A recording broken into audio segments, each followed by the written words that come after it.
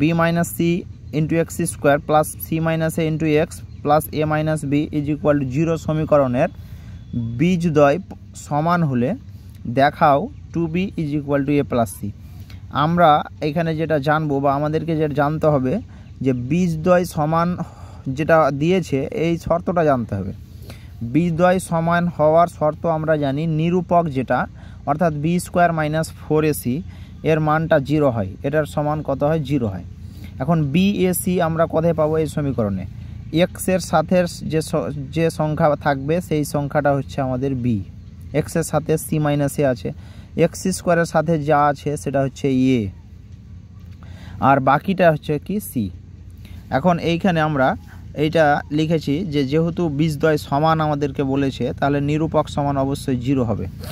তাহলে নিরূপকটা আমরা লিখি কি বি স্কোয়ার, অর্থাৎ বিটা আমরা এখানে বুঝলাম, এখান থেকে পেলাম যে এটা হচ্ছে সি মাইনাস এ হোল স্কোয়ার মাইনাস 4 ইন্টু এ এর জায়গায় বি মাইনাস সি আর বি এর জায়গায় এ মাইনাস বি। এখন সি মাইনাস এ হোল স্কোয়ার এটা আমরা এ মাইনাস বি হোল স্কোয়ার দিয়ে যদি বিস্তার করি তাহলে প্রথমটা সি স্কোয়ার প্লাস এ স্কোয়ার মাইনাস 2ac পাবো। এইটা গুণ আছে, বিচ্ছেদ নিয়মে গুণ করে দিই, বি আর এ গুণ করলে এ বি আর -4 সঙ্গে গুণ করলে -4। সোজা কথা এটা গুণ করে যা হবে -4 সঙ্গে গুণ করলে সবার বিপরীত চিহ্ন হবে। এখান থেকে আমরা যেটা রেজাল্ট পেয়েছি -4ab plus 4ac plus 4b square -4bc, এটা গুণ করে -4 দিয়ে গুণ। তাহলে এরপরে যেটা আমাদের হিসাব হচ্ছে সি স্কোয়ার প্লাস এ স্কোয়ার আর এখানে -2ac প্লাস 4ac প্লাস কত হয় 2ac হয়। এই জায়গায় বাকি যা যা আছে সব থেকে যাবে -4ab -4bc আর এখানে প্লাস 4b স্কোয়ার। এরপরে এইটুকুটা আমাদের কি হয়ে যাবে আবার এ প্লাস বি হোল স্কোয়ার মানে সি প্লাস এ হোল স্কোয়ার হয়ে যাবে, বা এ প্লাস সি হোল স্কোয়ার আমরা একবারে লিখতে পারি। আমরা জানি বিনিময় নিয়ম মেনে চলে যোগ, তাহলে সি প্লাস এ লেখা এ প্লাস সি লেখা একই ব্যাপার।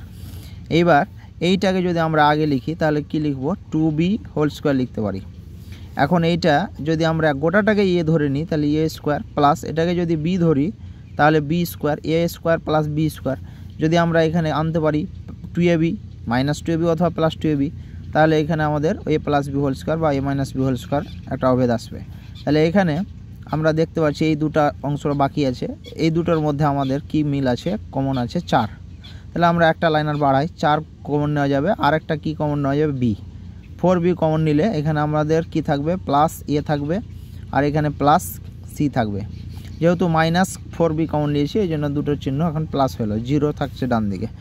এ plus c whole square plus 2b whole square minus এইটাকে যদি আমরা এইভাবে লিখি 2 ইন্টু প্রথমটা কি আছে এ প্লাস সি, তাহলে 2 ইন্টু এ প্লাস সি হলো, কিন্তু আমাদের এখানে 4b ছিল তার মানে 2b এখনও বাকি আছে, তাহলে আমরা এখানে কি লিখব 2b লিখতে পারবো ইজ ইকুয়াল টু 0। এখন এটা যদি এ ধরি এ স্কোয়ার প্লাস বি ধরি বি স্কোয়ার, তাহলে এখানে কি হচ্ছে -2 ইন্টু এ ইন্টু বি, তাহলে a square plus b square -2ab, তাহলে a minus b whole square অর্থাৎ a plus C R 2b এই দুটোর বিয়োগ ফলের স্কোয়ার সমান হচ্ছে 0। এখন কারোর স্কোয়ার যদি 0 হয় তাহলে তারা নিজে 0 হয়, তাহলে এ প্লাস সি -2b এটা সমান 0 হবে। তাহলে এ প্লাস সি যদি রাখি -2b যদি আমরা সরাই তাহলে +2ab লিখবো তার বিপরীত রাশি। এখন এটাই আমাদের প্রমাণ করার বিষয় ছিল, প্রশ্নতে ছিল 2b সমান এসি এ প্লাস সি, তাহলে এটাই এ প্লাস সি সমান 2b একই ব্যাপার প্রমাণিত হলো।